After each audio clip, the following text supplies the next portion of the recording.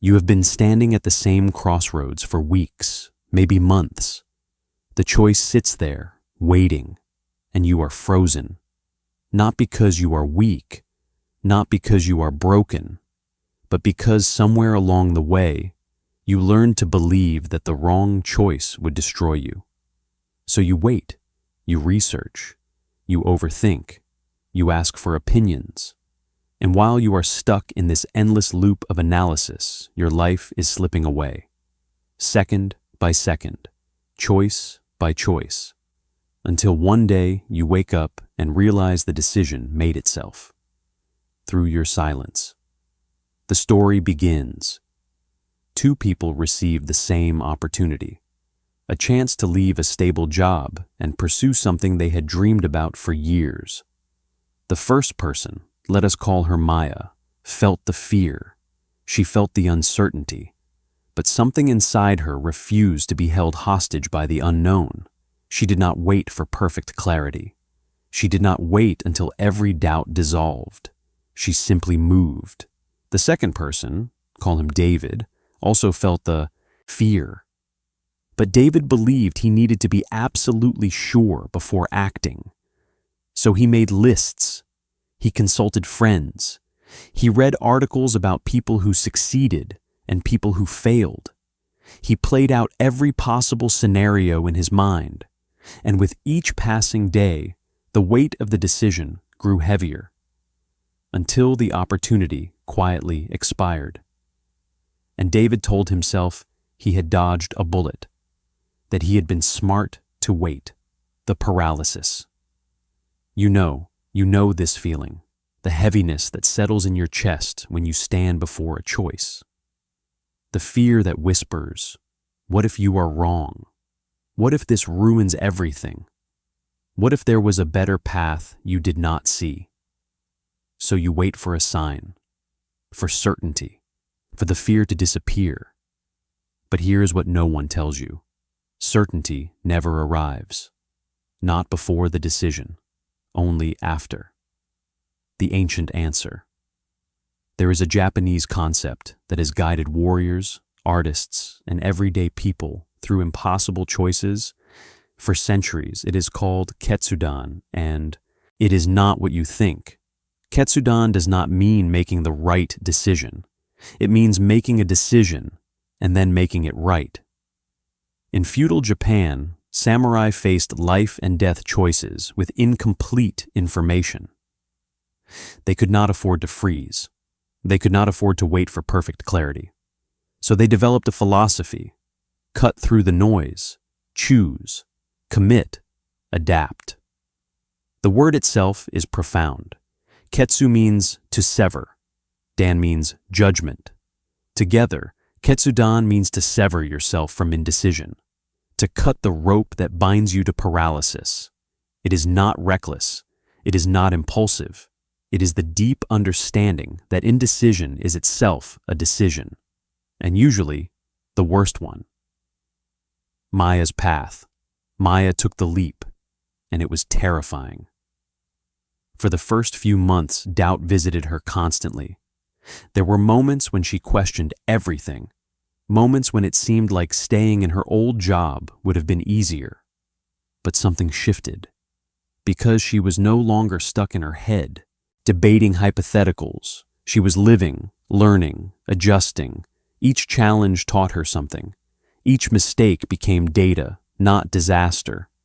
And slowly, the path revealed itself. Not because she chose perfectly, but because she chose, and then walked forward with intention. Within a year, Maya was not the same person.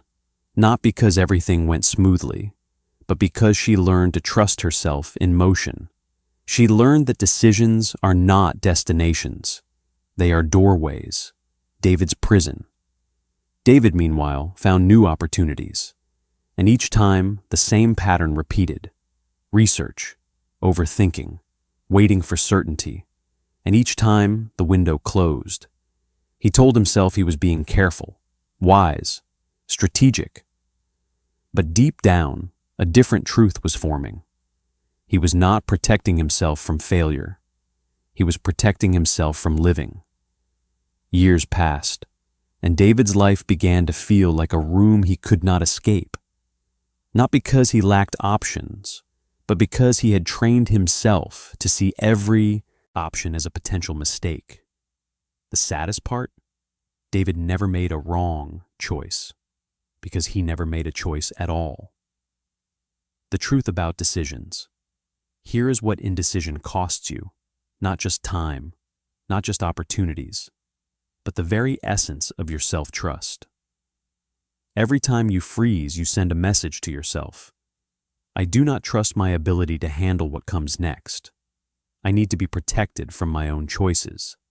And the more you send that message, the smaller your world becomes, until you are living in a cage you built from your own caution. Ketsudan asks you to see the truth. The danger is not in choosing wrong. The danger is in refusing to choose at all. How to practice. Ketsudan. The samurai had a practice. When facing a decision, they would sit in silence, not to analyze further, but to listen beneath the noise.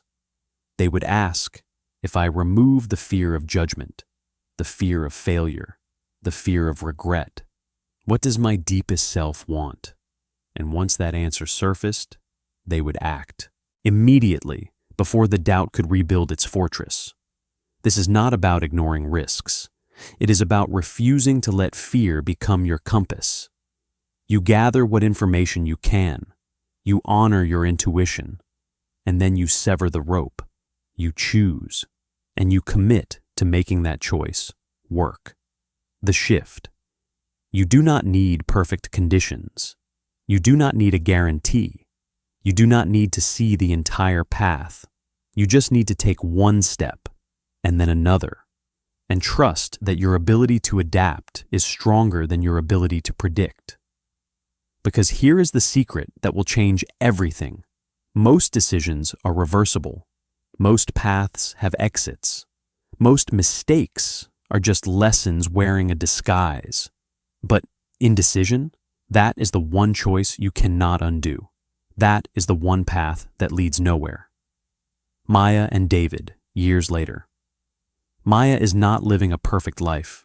She has faced setbacks, changed directions, learned hard lessons. But when she looks back, she sees a life shaped by her own hands. Life that feels authentically hers. David is comfortable, safe. He never made a catastrophic mistake, but he also never made a meaningful move. And now the question haunts him. What if I had just chosen? The tragedy is not that David failed. The tragedy is that he never gave himself the chance to succeed. Your crossroads. Right now, there is a choice in front of you. Maybe it is big, maybe it is small, but you are waiting for clarity, for courage, for certainty. And while you wait, your life is making its own decisions through your inaction.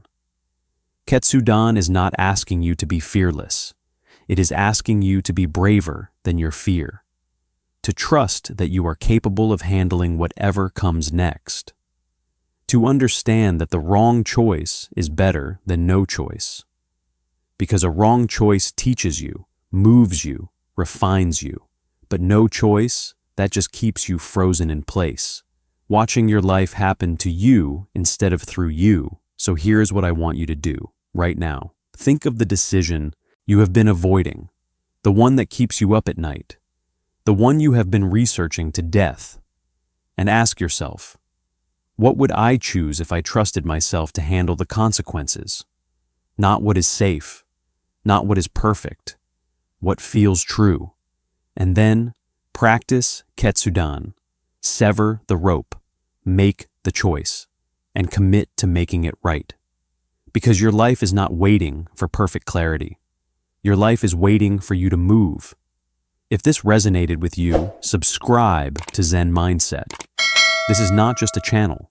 This is a path for people who are ready to stop waiting and start living. Let me leave you with this. The samurai believed that a dull blade was more dangerous than no blade at all. because it gave the illusion of readiness while offering no real power. Indecision is your dull blade. It feels like wisdom, but it is just fear dressed up as caution. Sharpen yourself. Choose.